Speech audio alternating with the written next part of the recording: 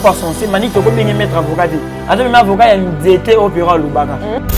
Je considère la carrière de Ferré comme un pneu de véhicule pour les autoboka et il y a des quados qui apportent leur petit soutien pour le bamba, pneu et toboki. Ce monsieur-là n'a pas de la maîtrise dans la musique. Oh, mais oui, je suis clair. Fali n'était pas Fali pour à la bouille, non. Parce que quand il était Fali El Marabillos, c'était sans Manix.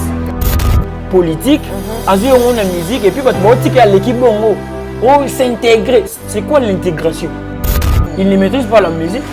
Parce que soit il y a une musique qui paye, on a pas touché plus partie sensible à faire. Manix a zoloba. Mon pasteur a zomi a zo intercalé les propos de Manix. Donc communication c'est baby déjà entre Bango. Ma lecture nous a balancé 3 événements, 3 rubriques, 20 000 billets, tout équipe plus de 20 000 billets, tout équipe 18 000 billets, configuration 16 000 places, Beba Lobby configuration il y a 11 000 places et les acquis ça 11 000, configuration il y a 10 000. Ton numéro là. On attend comme ils sont présents en Europe, il faut pas prouver ça avec des investigations fiables. Sur ce niveau, il y a fait régulier, y compris fanatique Nyonso. Dans le chapeau Nabi, je vous demande pardon. Bon, impression j'ai aimé parce qu'il a intégré mon équipe de la conscience. Depuis la lancé recrutement, j'ai recruté bateau commis conscient. Mais il m'a regardé j'étais inconscient.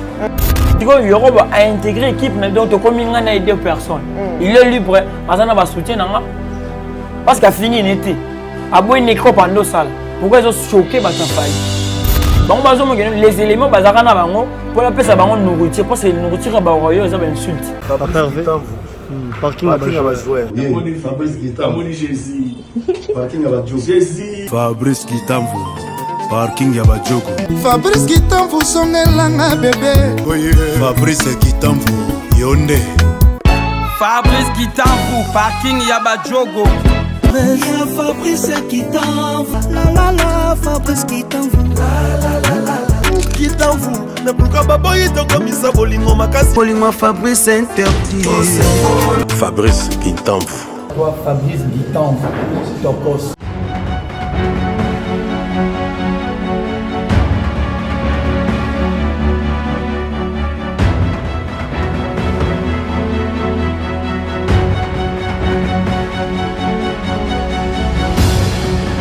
Vous êtes disséminés partout dans le monde en train de nous suivre dans cette grande chaîne intelligente FG, le choix de l'excellence. Je suis là, la votre humble servante Marvin Nakams, le top volant de la presse congolaise.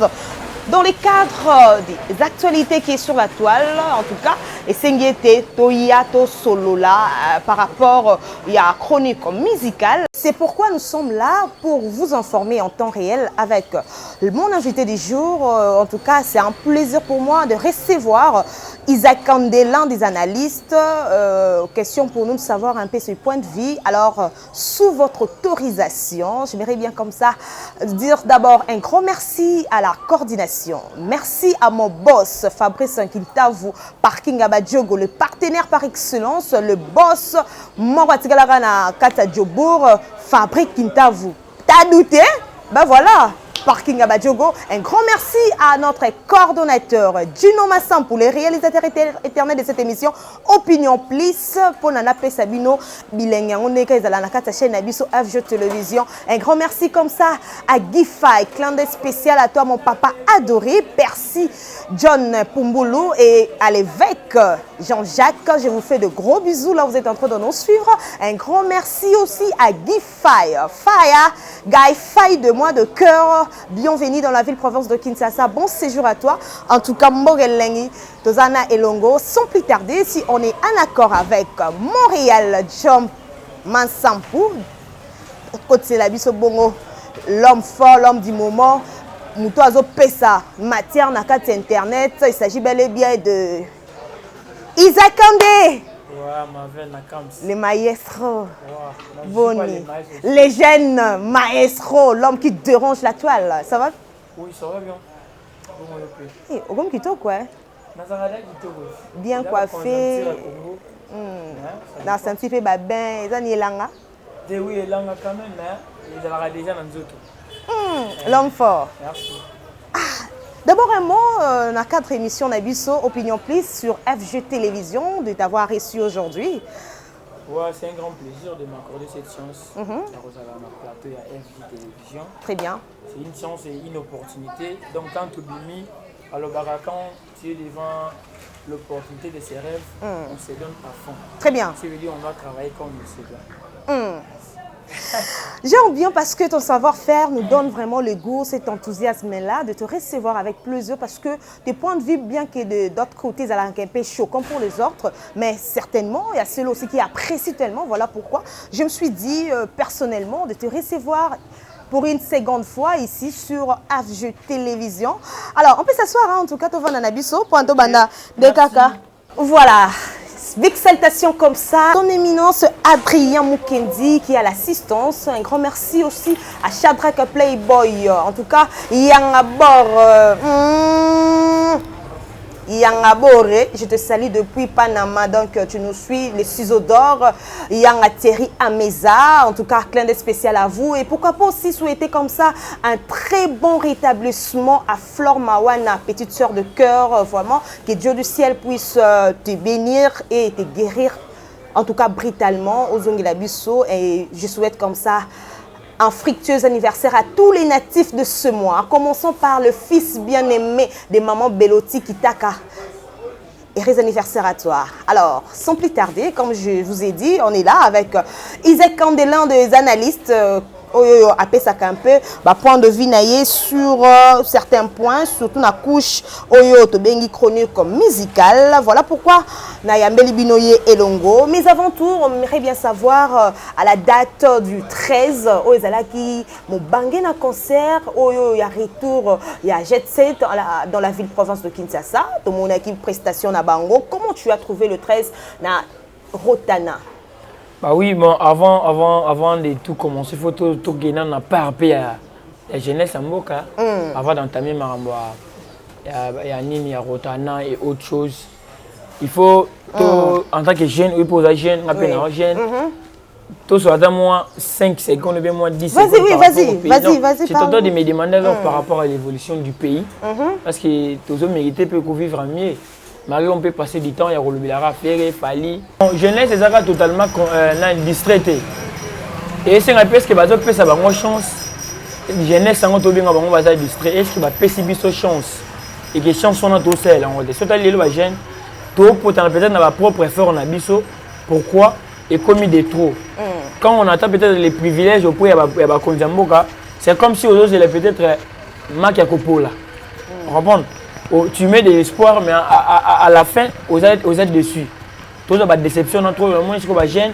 Il faut pas se divertir, à vous péter ma plan. Mais vous, les jeunes, vous n'êtes pas concentrés. Nous sommes concentrés. On nous a déstabilisé juste. On a déstabilisé la morale. Par la manière de gérer le pays. On comprend? Nous devons autant avec motivation. Maman, je ne pas jusqu'à là. Donc, jusqu'à se dépasser pour mourir. Mais il y a beaucoup de jeunes à la tête du pays. Non, il n'y a pas de jeunes à la tête du pays. À part le ministre de la Justice, Constant Moutamba, le ministre de la Communication, Patrick Mouyaya. La jeunesse. Non, la jeunesse. À part on a jeune. Mais surtout, il y a des têtes, les anciennes têtes qui reviennent à tout moment. C'est pour ça que les jeunes peuvent aller battre.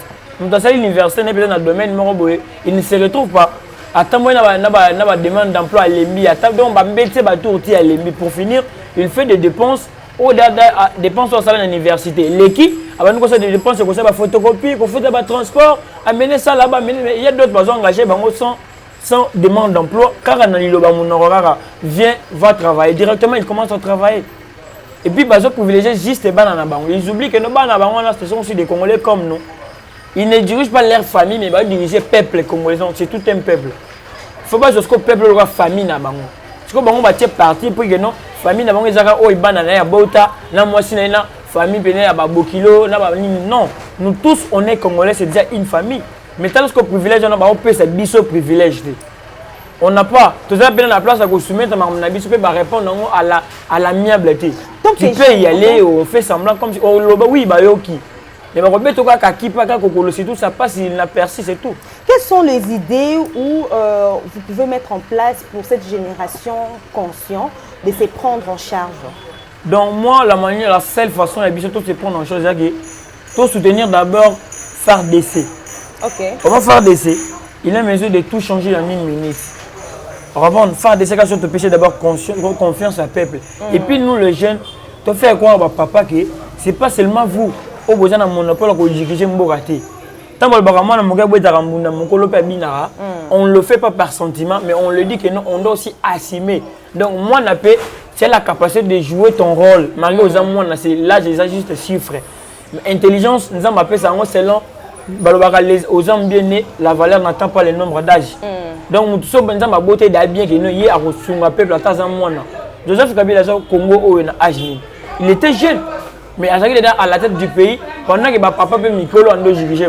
Donc, les jeunes, tous en naissance, tous la paix, na poursuite par rapport à Mambouta Limboka.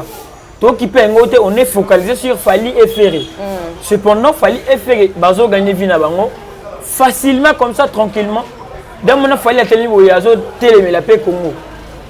Mais en cas de facilité, nous avons vu des musiciens dans le monde à aimer la Ramboka Naye. Pour nous révolter, les jeunes vont comprendre que vous occupez quelle place dans le pays. Très bien. Jeunesse, c'est sa puissance pour à venir à pays. Mais si vous êtes allé jeunesse, c'est ça et c'est dispersé. Pourri. Dans la jeunesse, dans l'église. Ceux qui 10 jours, ils ont un objectif. Nous avons fait sa solution. Nous avons fait sa solution sur le télémité. À ta peuple Israël, bando bunda. Bata le sang moto mais et moi bando zana ba bazana ba makonga ba nan ba bunda. C'est ça nous avons intervenir à travers ba effort na biso. Maintenant les jeunes on est focalisé dans le domaine moroboye. C'est qui nous apporte rien. Donc tout ça un peu tout là la maman politique. Parce ba bunga to bimi na nzela, to bimara trop na nzela. Ko ça nini? Ko ça la marche pour dénoncer ba mécontentement. Combien de marches au salama surtout na politique na biso ya lelo? Ça dépend. Déjà solution. Ça dépend, il y a le sens d'une bosse et la marche. Est-ce que d'abord dans ces pays, tout ça est une opposition?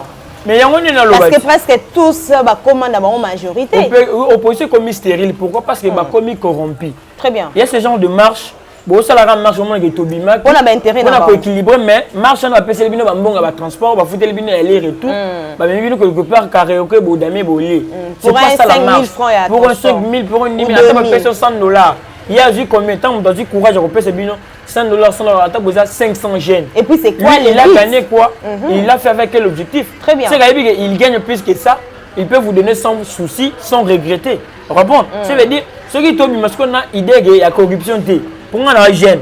Maman on a peur on a la roléranga. Et puis tu as autant d'années dans la carrière politique. Donc on a osé ennemi nanga parce que tu ne fais rien. Depuis que tu es là, tu ne fais rien. On te va toujours au long poste, et j'ai la rotation. En réalité, c'est pas qu'à Bango. Ce qui est comme une rotation, on ne change pas l'équipe qui gagne. Est-ce que cette équipe gagne pour ne pas être changée? On ne change pas l'équipe qui gagne, mais cette équipe ne gagne pas. Ça doit être changé. Si tu veux vivre dans la rotation, oh, le moins la poste, donc ça juste le changement et la poste.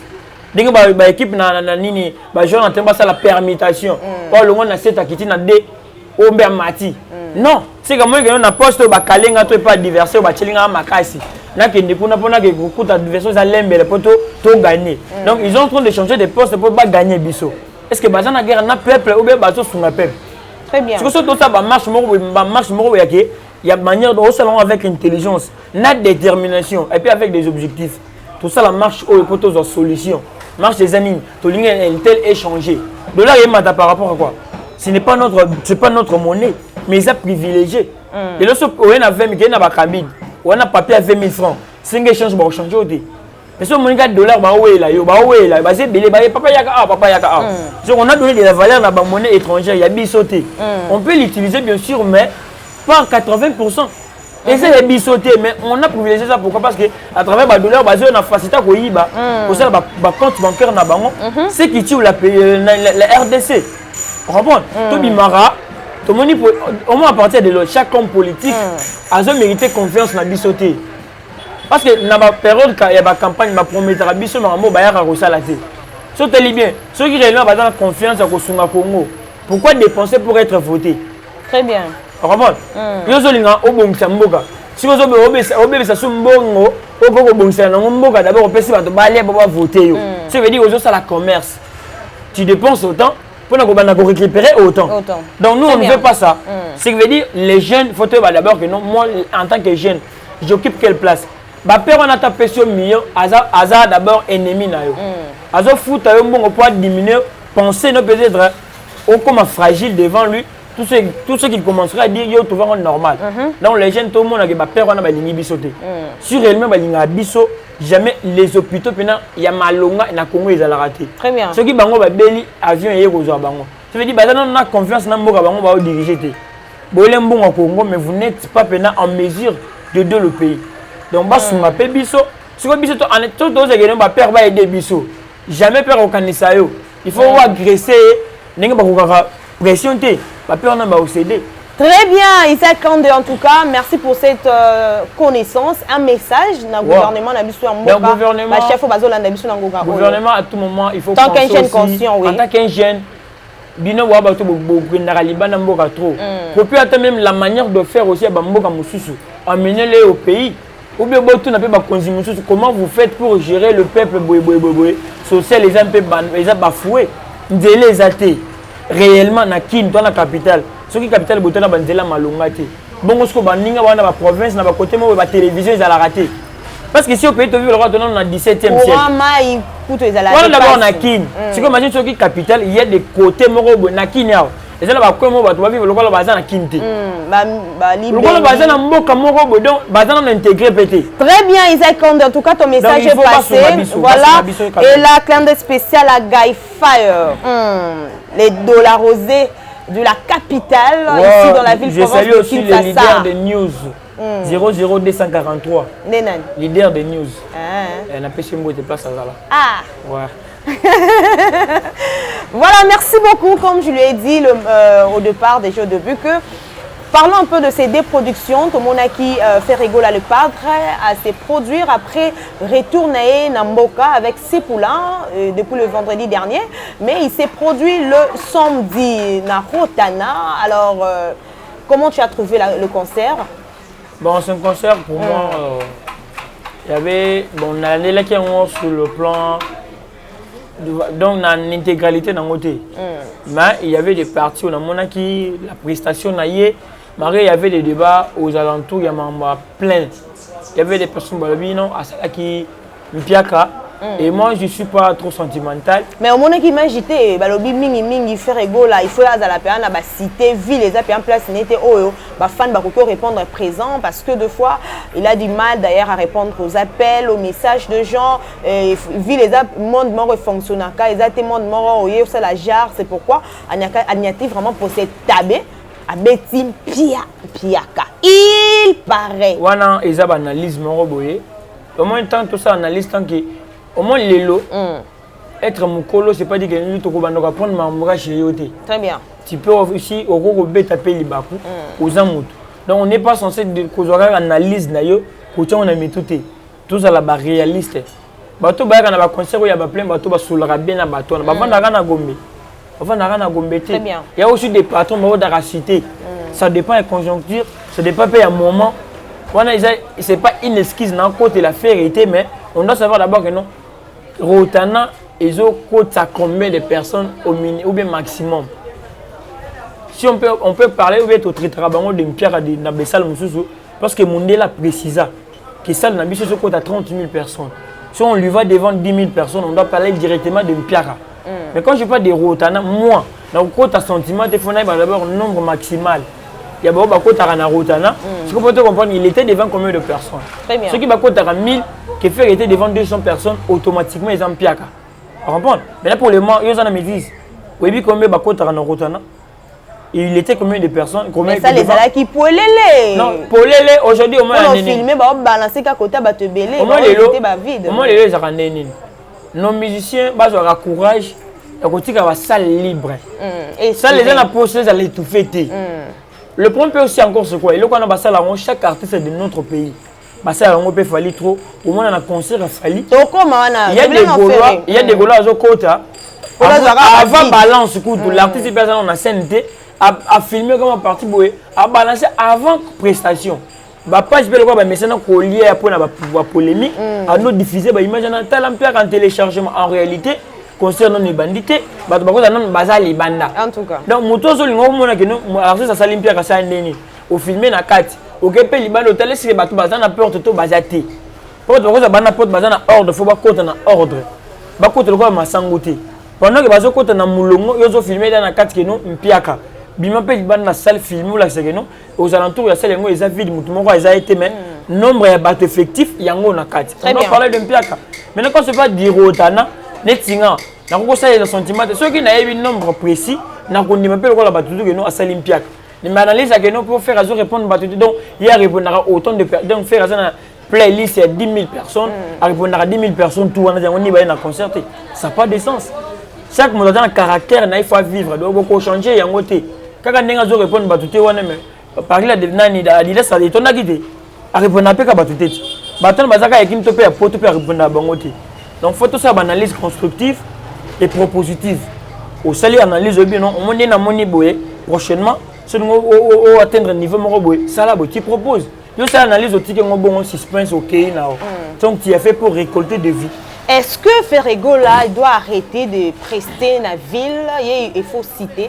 Est-ce que c'est une bonne idée pour l'artiste? C'est pas une bonne idée à sans frontières sommes dans un pays avec un nombre comme ça ville les différents na kin et ba lobby azokokate makambo qu'est-ce qui montre azokokate a auto disate na char club tout le monde a fait production na les 14 le dimanche na barbecue oyo wapi aloba qu'il fallait sepela na ba gaulois na ba mélomane nyonso ya la bonne o balingaka vraiment la bonne musique mais tout le monde qui va répondre à penzate il paraît abeta ki lisusu mpiaka. C'est la même chose que je viens de parler. Si on a de la précision en nombre maximal on doit traiter de ça de mpiaka. On n'a jamais su qu'il y ait autant de personnes. On peut parce que monopoliser la parole. Mais il y avait trop de vide. Hein? Il y avait trop de vide, bien sûr. Mais on a très bien. Moi, c'est la raison. Moi, je vais net concert à faire les cas qui. Pour le moment, je vais passer un montage. Je vais m'amaber. Et puis, ça a changé. Natiro d'abord, tu es belle. Net, il fallait pour qu'on connaisse que nous fallait danser bien. Il fallait avoir la lumière dans le podium.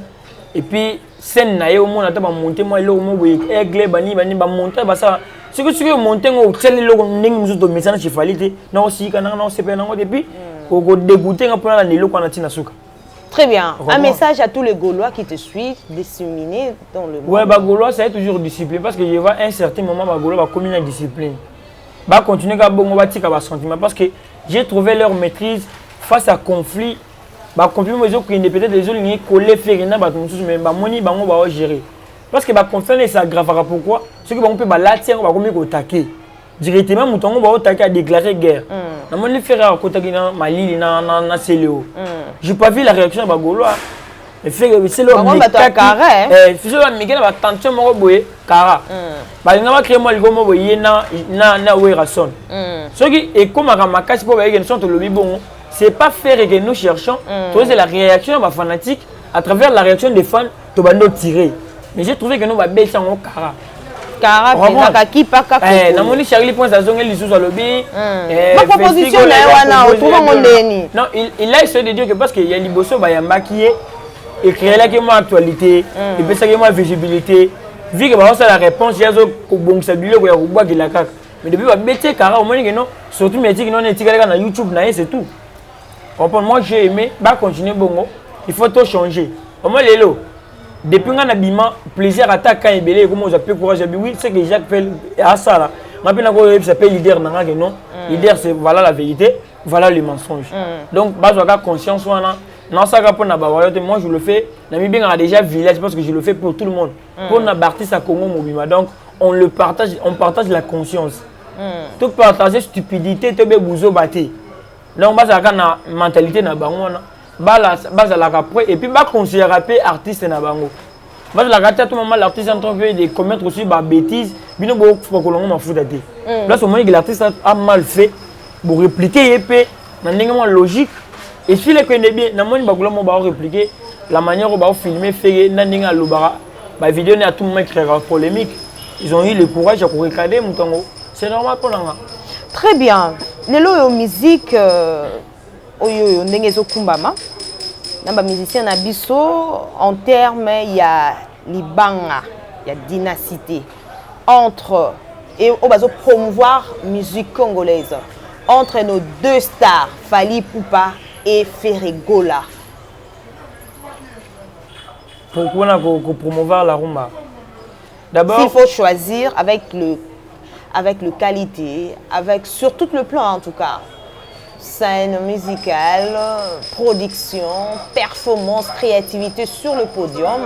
Le contact là avec ce fan, on peut dire quel musicien qui est vraiment constant sur ces points-là. Ils sont constants, mais tout le monde va représenter rumba.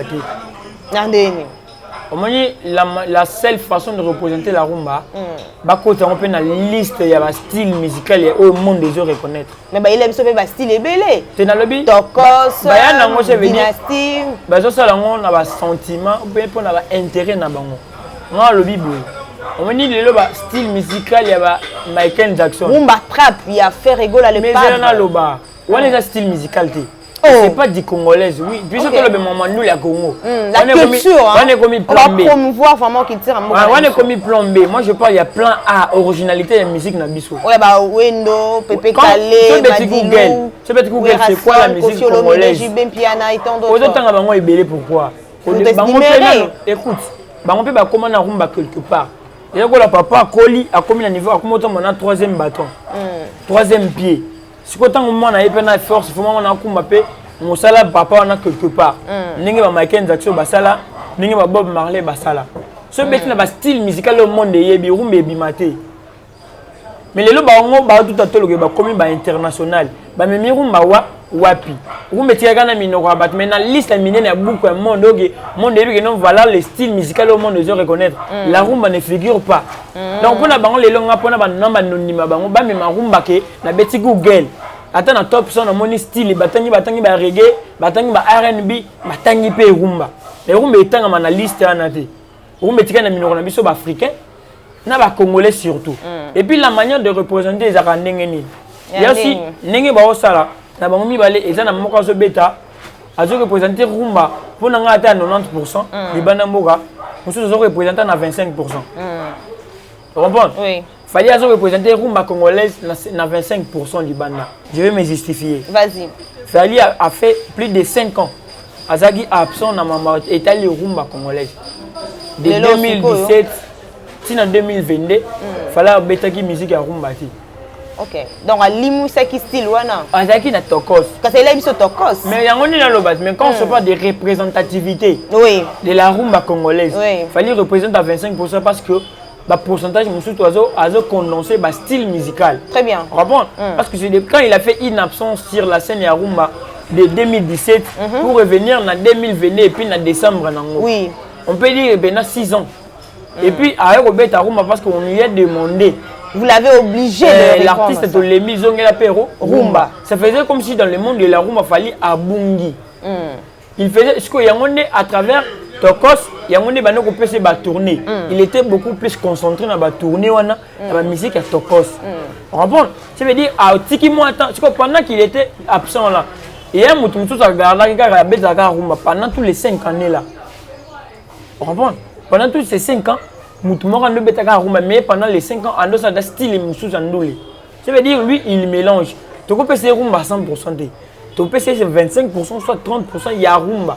Parce que oui, parce que l'Ibanda, il est respecté na très bien. Donc quand on lui voit un artiste au hasard mixte. Donc il fallait le métissage. On lui appelle moi je peux appeler fallait métis et musique. On a besoin de comprendre. Ça peut-être la chirurgie musicale. Il était trop rumba, il a changé de style. Il y a un Nambouzou Boye. Au modifié. Il était trop rumba. Mais quand il essaie d'argenter comme ça, le mixage, le métissage, c'est originalité. Ok. Mon toit, c'est chirurgie, c'est originalité. Mon toit, c'est choco, c'est originalité. Donc, à diminuer ma puissance, il y a originalité à l'opposition. Donc, l'opposition rumba, il fallait diminuer ça comme une métisse. Donc, quand moi, je regarde sur le Liban, la musique peut faire le contrat trop et ça, rumba.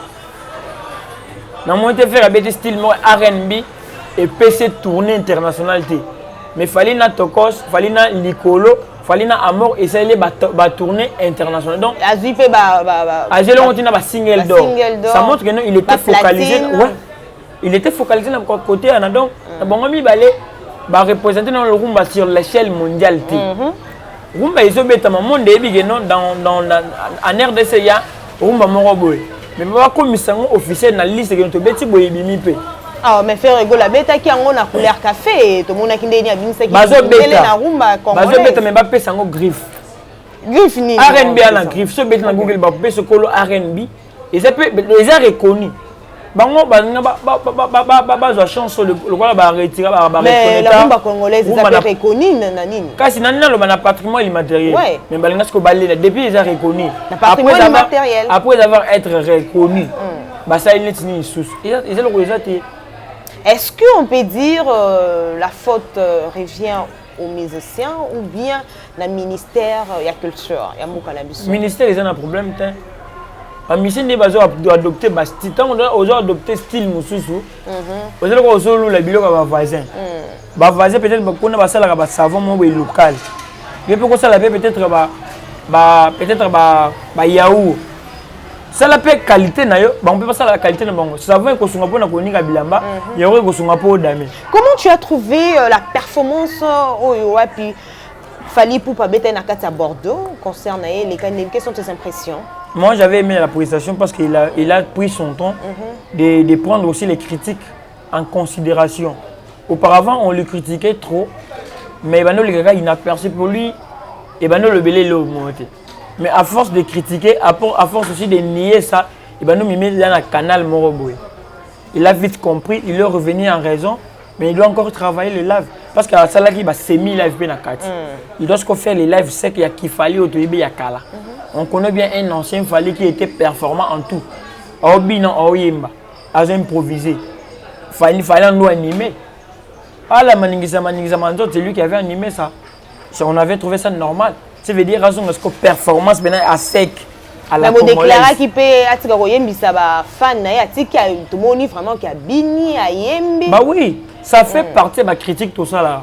Moi ce qu'on a est-ce que tu es satisfaite? Je suis satisfait par rapport à sa prestation. Très bien. Parce que Tikapi ba moment fort ezana, ba temps fort yake, tant abeta na René Lokwa, tant ba na ba Sampaio, ça fait du bien. On est parce que na yo na ba parti on est até. Il y a une partie où il y a wesh. Au sentir qu'ils Congolais, mais tant que on sentir que non, ce sont des Congolais sur scène. C'est quoi affrontement on a les 13 et pour les 13 autrement on est ni badata il y a Betty na poto sous ce Betty na Congo bon bango les gens va comparer bango jour où fallait va no beta na yu na faire beta qui na fait moi non ils ont Sofitel. Si tu se rappelles bien de dans Sofitel, parce que non, je suis en train de s'amuser, mais en train de chanter, bah de télé. Ils ont jour où fallait mettre pour les maquillages, on a problème. Donc c'est normal, ils sont libres de toucher n'importe quel calendrier, bazar artiste. Calendrier ça comme encore. Et quand tu mets les mêmes jours, on a peine à Pona qui se dérange. Balobi azo kata barido makasi. Troisième dimension, fallait pour pas la production naie, coup d'huile pareil, il fallait annuler concert wana parce que Zaki vraiment menacé, critiqué et puis tout penza, Zaki na langage un peu négatif par rapport à production, il y a Fally Ipupa et pareil tout basuma qui vraiment biété, voilà pourquoi tout le monde a qui barido ya mwindo na kati salle. Fallait azo kata barido te. Le problème c'est quoi? C'est quoi? Il fallait avoir courage à expliquer à la configuration au bas de la rap. Aujourd'hui, on a parti à l'élo. Chaque artiste a un mot dans le biso, à ta Ferry, à ta Wata, à ta Celo, à ta Fabrigas. Ce quoi est que les Congolais, je vais me livrer dans une salle peut-être de 30 000 personnes. C'est la salle qui est à 30 000 personnes selon la capacité. Maintenant, tout naïe, il y a dans les 30 000, il combien? Les 30 000 entières. Ou bien Katelio peut partir dans le 30 000. Le problème c'est quoi? On va de la selon configuration. Moi pour ça ça la partie c'est biso to bandoko se soucier pour la configuration ni bango base de la salle. Fallait pas que ta salle té. Salle déjà ça dans ma rideau pour na embellir espace au ba okatela yo. Au les bâtir que non, ça les a 10 000 places, yo 5 configuration 4 000 places. So bâtir ba kiti pour les bon ça fait ça là. C'est une beauté à concert. Il faut que ça nini ba bongiselo ba modifier le place au moment ngo koka. Mais ça li polémique, ba critique tellement ébélé, to yebi Fally na ba sort out, mais pourquoi ces derniers temps azo beta li sous-souté, azo ça là sur ba soldat fait. Non, le problème c'est quoi? Il y a une équipe qui font leur effort de faire croire à Fally pour qu'il est déjà arrivé. Donc le chemin est encore très très très long. Bon, ils ont la multiples productions. C'est une question de temps, l'organisation aussi et la communication. Tu peux penser que depuis que nous, en année 2025, nous avons la tournée il y a 3 mois. Dans le tournée il y a 3 mois, on a bien avant parce que sur telle date, il fallait belé une surprise. Ok, la date n'a pas été réservée. Quand on dit réserver le billet, ça veut dire au début que le concert va se dérouler peut-être dans les 30. L'artiste a annoncé déjà l'année passée. Je réserve déjà. Puis, poto zamboka musala. Poto va vendre raté. Mais il faut aussi compter sur leur emploi du temps. Pour ne pas tomber au risque. Oui, quand on doit faire déplacer, est-ce que tu te rends compte? Yo vananaki, aux alliés et puis tu es un artiste, tu fais ton métier. Fanatique personne à musala o yayepe. Ça veut dire il faut tenir compte aussi, il y a un emploi du temps, il y a fanatique non d'abord. Il ne compte pas sur Stéphanie, il compte sur la gloire. À tout moment où je peux annoncer la date, c'est quoi la conséquence? Parce que tant que je dois réserver la date, un jour tel, je serai occupé dans le concert qu'il a fallu organiser la tout. C'est comme tu as libre, il y a aussi un concert tel, tant que le monde de date. Il est censé revenir pour calculer comment réserver encore pour nous créer tout. Pour nous passer la misala. La musala a 30 jours. Tu vois, aux obligés, alors que journée, journée pendant la misala à s'organiser. Très bien. Tu vois, ceux qui tombent peut-être que non, à 5 ans. On se passe la misala va changer. Tout ça, je peux remplacer. Mais quand tu mets misala, on a porté la année. Si il faut une salle à doubler, tu vois, quand tu mets date au concert, on a une salle à doubler, il y a masse na boulot. Donc, on a rien. On a cause à la surplace. Et puis, même sold out, nos artistes ne sont pas obligés de faire un sold out. Mais leur manière de communiquer, comme ça, vous êtes obligés de le faire parce que bon, on sait biso yango. C'est comme de là que c'est l'impression que vous avez l'art. Donc, si quelqu'un est obligé de le faire, il faut tambour. Tu seras obligé, comme quand on a une banque Lambert, pour faire cette impression que vous avez l'art. Mais de l'autre côté, vous avez mis boma. Pour nous, nous avons trop, ce que les guides trop au kimi. Mais toujours ça la plaisir, on tire la gawana intacte. Donc, Mamba sold out. L'artiste peut faire un sold out, mais selon configuration de la dimension de la salle. Ceux qui sont les gars à 40 000 places, PC configuration il y a 11 000. Ceux qui tous les 11 000 et 6 000, à celle sold out dans la configuration, il y a 11 000 places, mais dans la salle, il y a 40 000 places. Très bien. Donc il ne faut pas confirmer à Rabiso. Dans la salle sold out, oui. Sold out, au cours de la configuration de 2000 places, on est déjà sold out. Est-ce qu'aujourd'hui, les Warriors, vous êtes fiers de votre leader? Il y a multiples productions en Europe pour se préparer à un grand événement au la Stade de France 2025. Bon, pour nous, l'objectif c'est le Stade de France, mais la manière aussi d'y aller aussi, ça dépend de l'artiste. Et on est ce que tu comprends que non, la communication soi-disant, ils ne maîtrisent pas leur métier en étant communicateur. Très bien. Parce que quand on y arrivera surtout sur le point de communicateur. D'accord. Si quand ça part une fois ça la tournée est belée, c'est par là on doit lever l'optique. Il y a un artiste international. Tout le monde a étiquette wana. Parce que rien n'a sur le Stade de France, il faut avoir tourner à la Mikete. En fait, il doit mettre Stade de France directement à Betiake parce qu'il est sûr de lui-même. À un niveau ni à audience sur le plan mondial. Mais ce que il faut pas va faire part aux la campagne conseil mais campagne à la sensibilisation. Tu es en train de te faire connaître, tu es en train de mais l'artiste qui est à l'échelle mondiale a imposé un métier international très bien.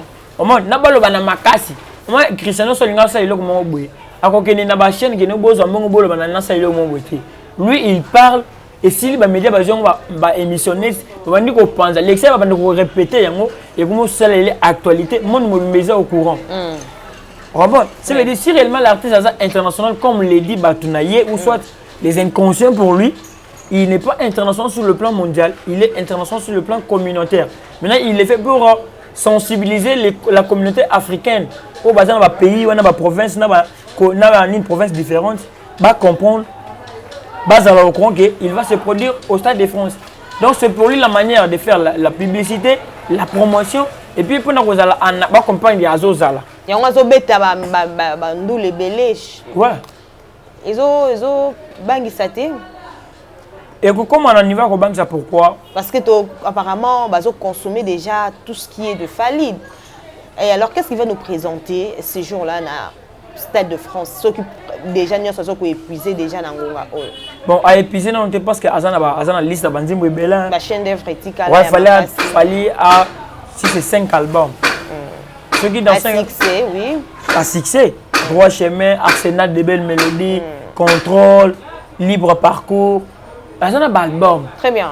Ça veut dire qu'au côté que consommer, il y a d'autres choses et au consommateur qui en ont, mais vu que jour on autonomie. Mais si ils ont une semaine prochaine, on va quand même nourriture. Pour vendre chaque jour, tu l'as à foufou, pour ne les barons. C'est la manière aussi de donner.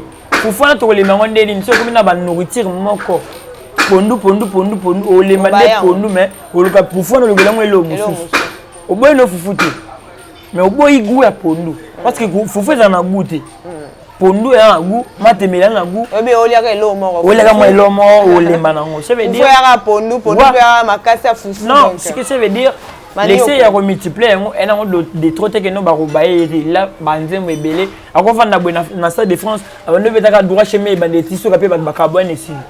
Très bien, Isaac Kandé, messieurs et dames, vous nous suivez partout dans le monde, dans cette grande chaîne intelligente, FG Télévision, le choix de l'excellence. Restez branchés et abonnez-vous massivement, en tout cas, partagez, likez nos vidéos et surtout, vous finaka la cloche à notification pour ne pas rater Ata et Loko mon côté. Je vous dis toujours, on est là pour vous informer en temps réel. L'actualité, c'est ici chez nous, en tout cas.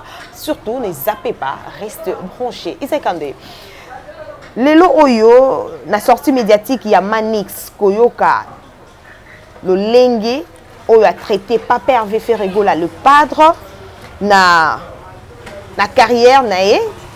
Eza lokola piné oyo toboki ezo bimsa mu pepe alors bili susu ke aza tomboka ya pamba donc ya pamba ye penza toboka na à tout moment à chaque fois fait rigoler Papa Hervé et encore polémique il y a intégration vision na migration na quatre orchestre ils ont vraiment adapté na quatre il y a jet set. Quel est ton point de vue par rapport à ces propos que Manix ou ya lobby face à l'opinion? D'abord, Manix c'est un sentimentaliste. Il ne connaît pas tout ce qu'il est en train de faire. Comment ça? Alors moi ça là va raconter. Ah ça va blabla. C'est un avocat. Non, il est un avocat dans la musique. Il est avocat, il fait quoi dans la musique? Il vient défendre son lobby. Un avocat, il défend quand ça parle de la justice. Il fallait commettre gaffe ni aux la présence en Manix en tant qu'avocat. Mais il est là pour la défense de son artiste. Il défend la justice. C'est un péché? Non, c'est exactement un avocat. Dans la loi logique, un avocat n'est pas censé lire dans la télé pour défendre dans le cabinet. Toi, tu vas intervenir au cas où il y a un problème juridique. On t'a sollicité. Pour venir intervenir dans un problème juridique. Très bien. Tout ce que Manix est d'intervenir, ils ont juridique, c'est musical. Donc ils ont des domaines confondus. Ils ont un monopole, moroté, et puis ils ont un quoi apprendre en monté. Quand tu parles de l'intégration, c'est quoi? Intégration, les amis. Mais tout le temps dans Google pour t'expliquer Manix. Dans Google. Vas-y. Entre-temps, Gino Massan pour Montréal international, donc le seul et l'unique qui nous reste. Préparez les bisous déjà vidéo oyo tokoyo qui ça fan biso il y a Manix et on se retrouve tout juste après ces propos. Suivez en image. Tu as parlé de quoi d'autre? Bon, c'était une forme imagée. C'était tout simplement pour dire, c'était une manière de motiver notre artiste Ferré Chardepoul, qui pose encore un petit problème de vision, de fonctionnement, d'adaptation, d'intégration, d'émigration. Alors, il y a aujourd'hui bien de gens qui essaient de porter un petit soutien, parce que moi je considère la carrière de Ferré, porter un petit soutien. Je considère la carrière de Ferré comme un pneu de véhicule où les autres toboka et il y a des quados qui apportent leur petit soutien pour nos bamba, pneu et toboki. Voilà, des retours sur ce plateau. Vous venez de suivre le propos, les images des Manix reçus sur le plateau. Nengazo Lobela, Papa Hervé sur problème, il y a intégration, vision, na migration et na adaptation. Donc, Ferregola, Azwa vraiment que ça la Sony, échec musical, c'est Ferregola dit. Manix, en tout cas, il paraît, après si vraiment ma point de vue, opinion, il paraît d'accord de ses propos. Alors, toujours d'abord la définition et après tu dis intégration. Oui, action d'intégrer, fait pour quelqu'un, un groupe de s'intégrer à dans quelque chose. Donc, fêter son intégration à Polytechnique, fusion d'un territoire ou d'une minorité dans l'ensemble national. C'est une logique. Très bien. Maintenant, c'est quoi l'intégration dans un pays? L'intégration pourrait être définie comme la capacité des immigrés à atteindre le même résultat socio-économique que les personnes nées dans le pays d'accueil et tout en tenant compte, bien sûr, de leurs caractéristiques. Est-ce que Eloko va définir sur le plan musical? Comme un caractère socio-économique, il prend des termes politiques, la musique, et puis l'équipe s'intégrer. C'est quoi l'intégration? L'adaptation. Il faut s'adapter dans quoi? Parce qu'un artiste musicien s'adapter, ça veut dire peut-être concert devant un public qui est étrange. Et ça, le public est étranger, tu t'es adapté. Musique na Congo, na Congo Brazza, on s'adapter. Parce que dans l'intégration et puis tout ça accent. Ce monsieur-là n'a pas de la maîtrise dans la musique. Oh! Mais oui, je suis clair. C'est un warrior. Il est non Manix n'a jamais été. Il n'a jamais été un warrior. Mais c'est un communicateur. Qui lui avait dit que il est un communicateur? Ça est visa il y a 5 ans. Mais qu'est-ce nini? Et ça au moins Fali en état international, il ne peut pas jamais s'accrocher dans Batouana. Bazo refléter professionnalisme. Et puis Bazo a une vision invalide. Fali n'était pas Fali pour la bouille, non. Parce que quand il était Fali El Marabillos, c'était sans Manix. Soit mi Bengaki Aigle, c'était sans Manix. Mais Ayaki faut défendre quand il y a eu le problème, le souci avec Gauthier Sey. Non, le souci avec Gauthier, c'était l'incompréhension entre les deux. Il était venu défendre quoi? Parce que pourquoi? Il y a des fandaki. Pourquoi la défense n'est épiquée quand en diversité, mais la défense à Gauthier, c'est épiquée quand en diversité. Mais même, on tient la justice. Ah oui, et puis, mais pourquoi? Parce que la vérité blesse. Gauthier, c'est si que les parties sensibles, il y a nos en distraction. Il n'était pas dans sa peau. Il ne maîtrise pas la musique. Parce que soit il y a une musique qui peut, on a peut toucher plus parties sensibles à faire. Pourquoi il n'avait pas fait ça? Où en sommes-nous avec ces dossiers-là de parce que quand il y a une vérité, le fait de Kolugayango, les autres là-bas, la vérité, les autres sont pas plaignants. Ok. Est-ce qu'aujourd'hui on peut dire ou on peut être d'accord avec Gauthier Sey dans ma propos et Athénaka par rapport à Famille Poupa? Oh, le lopé comment vivre? Mais les lots, dans certaines parties, j'admire parce qu'on est en train de faire certaines choses, surtout dans la communication des Fali, c'est soi-disant communicateur. C'est soi-disant? Oui, ce sont des soi-disant parce que dans la communication, il faut maîtriser la communication. Faites-les à l'amiable. Ça, la communication, non? Tu parles sur l'artiste et puis quand c'est l'artiste Makambouté. Très bien. Si c'est l'artiste Makambouté, oh, il y a salité de Bambaye, au bon milieu de la communication. Preuve année. Sotali Manix Azoloba. Mon passeur a intercalé les propos de Manix. Donc communication du baby déjà entre Abangomi Bali. Sotali Alexis Wachalobi et Léo Moroboy. Bev abimi les contraires. Oh, maintenant Alexis Alobi. Ok, bango tu vas travailler pour un seul maître. Alexis Alobi, soldat chez Bisso. Vidéo est ça. Bisso n'est pas soldat et puis Bisso jamais toko raté parce que Bisso te laisse bino comment faire un soldat. Bisso n'est pas la bino. Culture on est soldat, c'est nous qui avons amené ça. Mais en réalité l'artiste n'a pas fait les soldats. Mais il avait parlé ça pourquoi? Toujours les mêmes jours il y a concert, à quelques minutes il y a prestation, il fallait pour pas. Il nous balance une vidéo que Bisso to sali soldat na qui bino ni.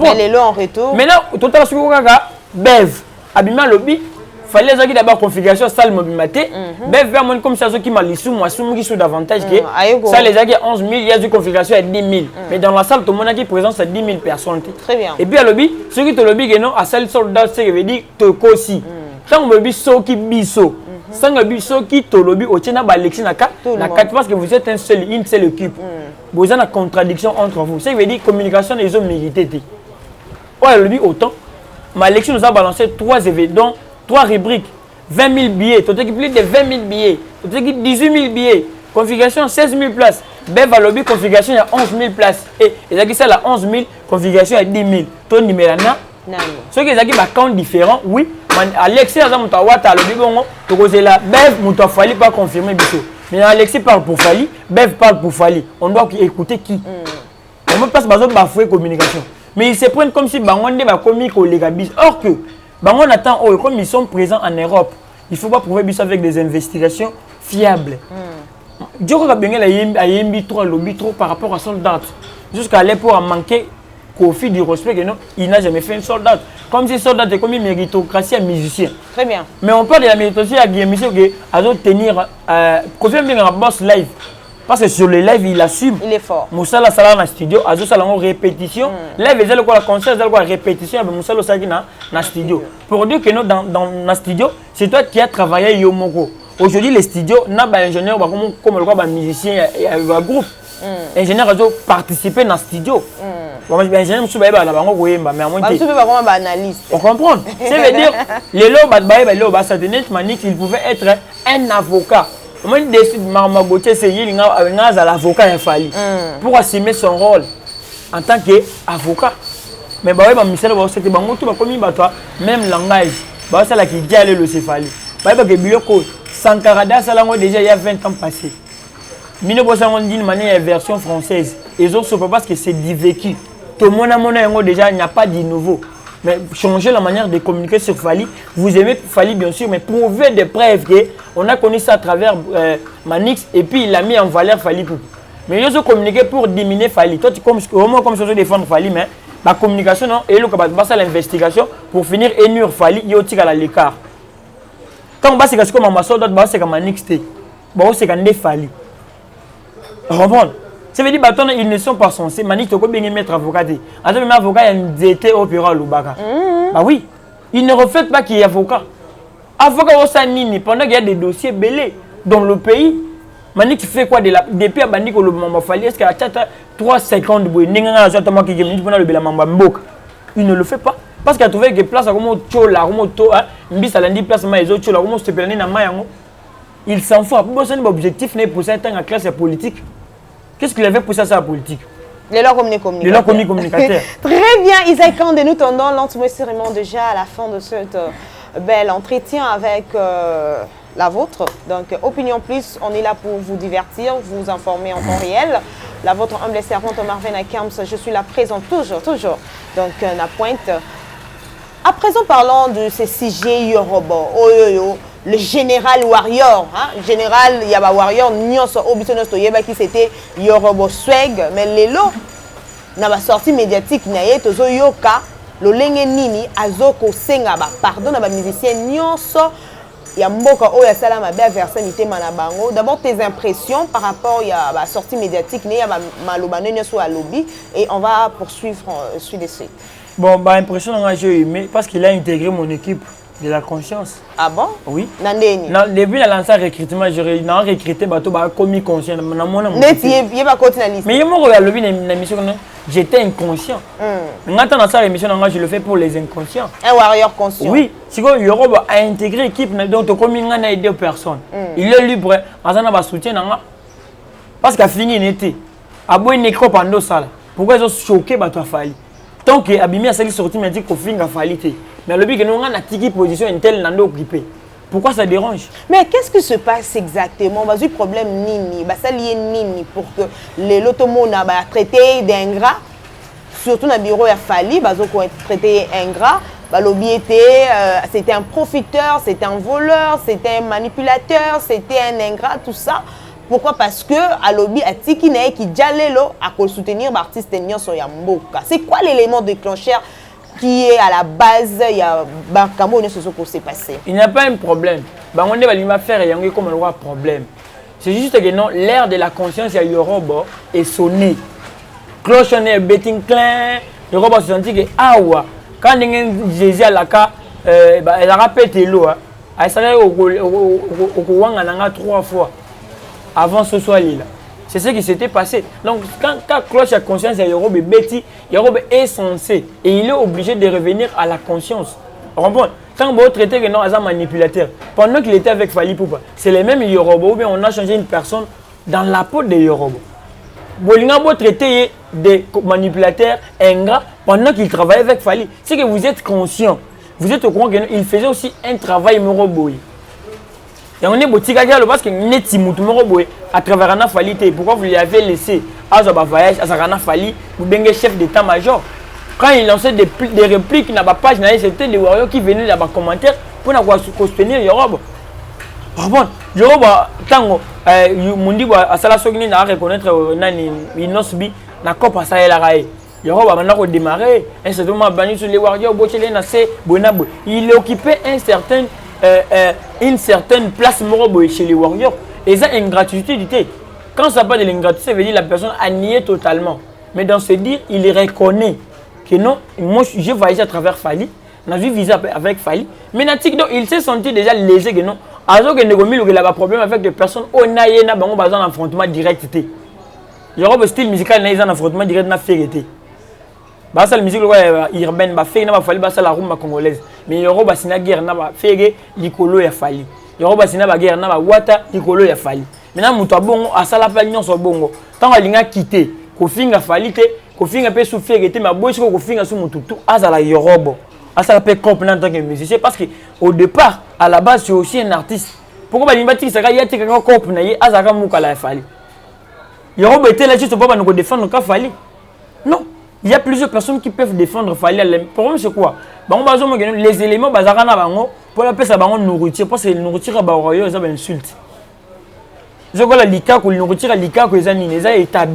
C'est comme ça avec les warriors. Mais pourquoi le warrior se révolte contre Yoruba Swag, bien qu'il fut le général, il y a un warrior tout, mais Batali a bien fait un Monica côté négatif, à se quitter dans le mouvement. C'est pourquoi maintenant Yoruba Swag a une décision est victime pour continuer carrière comme tout un artiste. Est-ce que ce n'est pas la cause du visa ou ma mémie pototé qui pototoro na propre fond naie pe ba lobi visa wana torota la soki azongi kin soko ko sala lango lisusu dit Alexis Wesh. Exact bongo Alexis d'abord au moins Yoruba nous défendre Fali avant l'isola va visa ya. L'isola va visa ya comme surprise parce que na bango tout quand il défendait auparavant on a défendre tout en étant inconscient parce que non tout gagner confiance il fallait mais bah il va quitter qui bah cause longo bah visa oh bon tu vois ceux qui va comment coller va comprendre la cop na biso tando ça on voit la ignorance mais là tu es la main moussous il on va défendre Fali pour avant elle va visa on comprend tant il va nous défendre Fali avant bango tout va visa via Alexis et les gars qui viennent à Europe Alexis est là pour défendre la salité parce que il me représente comme toi ça la salité. Oh, bah oui. Comment ça? Afina Wata dit n'importe quoi. Un garçon comme. Non, bah imagine éthique là. Donc dans sa vie, même dans le futur, Alexis Beguenon, il y a donc un exemple pour les jeunes. Il est là, il ne pas décidé, c'est un musicien, pardon, il a la pardonnable parce qu'il a été dur avec le musicien. Non, pardon, mon toutou, il a le bien parce qu'il faut pardonner. Si tu demandes pardon avec sincérité, on va te pardonner. Tant qu'il y aura il ne faut pas pardonner. Ceux qui vont pardonner, c'est du passé, c'est normal. Faire égaux, c'est la première soin. Tu as vu qu'est-ce qui s'est passé dans la première soin. Mais le bazar bon terme, c'est la première soin. Très bien. Est-ce que dérangeant Kofi? Le pardon, c'est une puissance, c'est une force qui libère. Oui. Très bien. À 5 pardon. Et puis, ce qu'on peut te comprendre, que pardon est déjà sincère. Donc, au s'acquitter dans la vie, tu oublies cette vie. Donc, au clasher, on la vit. Quand on s'allie vie mon live, c'est là qui a clashé vie mon robot. Intimidé, mais pour finir, il a clashé mon numéro, a persévéré dans la place. Donc il a demandé pardon, mais il est resté sincère. Na pardon. Donc tout en a sens à rousser, a pardon. Et puis, pardon, il a rapport à bateau dans la conscience. Il y a un truc ça c'est comme ça ma bête. Pour lui passer un pardon, ça lui dérange. Mais si on dit tant que un pardon, conscience n'est travail. Il doit demander pardon, bah et puis quoi garder pardon dans la sincérité pour garder crédibilité. Ceux qui Alexis passe pardon, avec sincérité, bah et ben ils ont du mal de demander pardon, comme ça pour trahir Fali. Donc demander pardon, c'est pas trahir Fali. Tu peux commencer à intervenir au moment où et puis quand comme libre. On intervenir pour Fali, on critiquer pour Fali, on intervenir pour faire et on critiquer pour faire. Il y aura des gens libre. À l'ennemi qu'on a caché, on a trouvé ça part toujours de page comme il y a warrior. Est-ce que il y a un warrior? C'est une musicien. Est-ce que dans mon joueur on a commis fanatique à dégonner joueur. Vous êtes des collègues. Voilà ça collègue à Europe, nous laisser son vieux mais musique à collègue. Très bien. Oui. Alors aujourd'hui Isaac Kandé koyoka ba propos nyonso lelo yo Bercy Mwana assez autoproclamé le général ya ba warrior tout donc il y a un zui band wana azu place ya Yorobo o azalaki ko utiliser du général de warrior. Tes impressions? Bercy d'abord aza muta bilula lula. Au lobby parce que c'est attends reprends un peu. Aza muta lula trop. Ndenge nini? Aujourd'hui, place à ce général des warriors. Mais il y aura un général des warriors. Ça veut dire que Lula qui place wana. Vous avez vraiment soifé dans le monde. Soifé et puis donc ils ont l'espace au Yemba la. Ils ont la bisanza. Parce qu'il y aura un sanzi aux autres comme général des warriors. Qu'est-ce qui te motive? Non, qu'est-ce qui lui motive? Bande de Ségalivide. Est-ce que c'est obligé de est-ce que l'armée on a ça par rapport à quoi? Parce que Bercy pour la sécurité des victimes, pour sécurité visionnaire ou pas. Sécurité est victime est agressé pour le cabaret ça il est sécurité. N'a pas polémique va critiquer tout. Non. Ce qui va avec. C'est ça la seule manière de répondre aux polémiques. Très bien. Polémique est basée sur la musique. Mais pour répondre aux polémiques, il y a peut-être que non, bah c'est une place où Yemba qui bien. La manière de répondre Yemba bien, c'est tout à répondre aux polémiques. Répondre. Bercy mon à la base aussi c'est un musicien. Azobo c'est un gars na chef d'œuvre.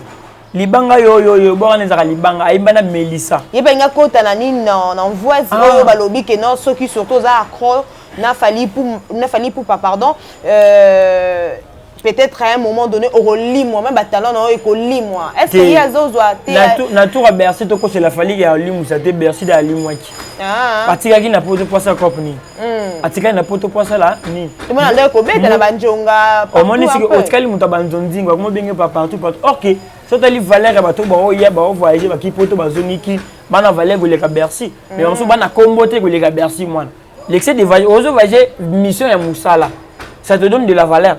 Attends, Isaac Isaac est poto na kima na poto. Non ça peut carrière nanga. Il faut na voyager na zonga.